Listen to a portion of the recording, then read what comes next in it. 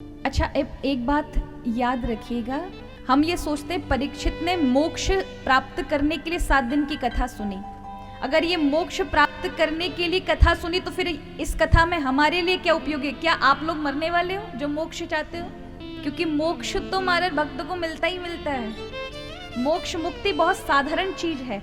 भगवान से जो जुड़ा है उसकी मुक्ति तय है, लेकिन भगवान का प्रेम मिलना, भगवान की कृपा मिलना, अपनापन प्रेम देना, ये महाराज हर किसी के लिए संभव नहीं है। मुमुक्षु बड़ा नीरस जीवन बिताता है, उसकी चाह होती है कि वो मुक्त हो जाए।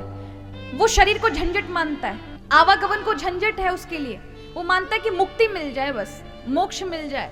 आपको क्या लगता है मुक्ति किसे कहते हैं? आप मरे, बाल बच्चे आपको गंगा जी लेके गए, आपके हाड़ इत्यादि सब बहा दिए, कई लोग बड़े खुश हो जाते हैं, हमने तो मोक्ष प्राप्त प्रदान कर दिया अपने माता पिता को, और रासानी तो गया जी जाके पिंडदान कराएंगे, हो गया मोक्ष। इसे मोक्ष नहीं कहते, इसे कहते हैं उस सामने वाले जो अभी दिवंगत हुआ है उसकी गति ना बिगड़े, इसलिए आपने वो पिंडदान किए कि उसे एक अच्छा शरीर प्राप्त हो जाए, पर मोक्ष नहीं मिलता।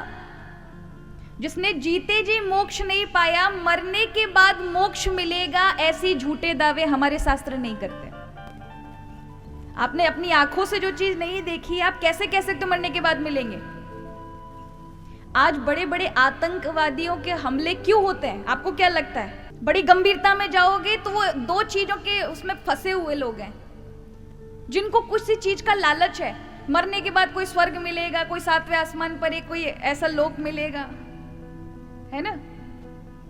उनको ऐसा मन में बिठा दिया गया है कि ऐसा करोगे, ये गलत करोगे, ये हमले करोगे तो तुम्हें वहां स्वर्ग मिलेगा। पर याद रखिए, स्वर्ग और नरक किसी अन्यत्र लोक में होंगे, पर सच कहूं तो स्वर्ग और नरक महाराज, जहां तक बड़े बड़े महापुरुषों ने इसका अर्थ जाना है, अनुभव किया है, वो ये है कि स्वर्ग नरक बाहर नहीं होते। मरने के बाद तुम जाओगे या नहीं जाओगे, स्वर्ग नरक आपके मन की स्थिति होती है। आप चाहें तो एक अच्छे घर के अंदर नरक बना सकते हैं अपने मन के ऊपर, और आप चाहें तो एक दुखी अवस्था में भी अपने मन से स्वर्ग जैसा सुख भोग सकते हैं। वो सब आपके मन के ऊपर है। इसलिए तो भगवान को तन नहीं चाहिए, भगवान को क्या चाहिए? मन। पर मन को लगाने के लिए सबसे पहली आवश्यकता है तन। अगर ये तन को खींच के नहीं लेकर आए तो मन राम नहीं लगेंगे। कई बार लोगों को सुना होगा, अरे हम दिखावा नहीं करते, हम बगला वक्ती नहीं करते, हम तो मन से मानते हैं, हमारे तो मन चंगा तो कठौती में।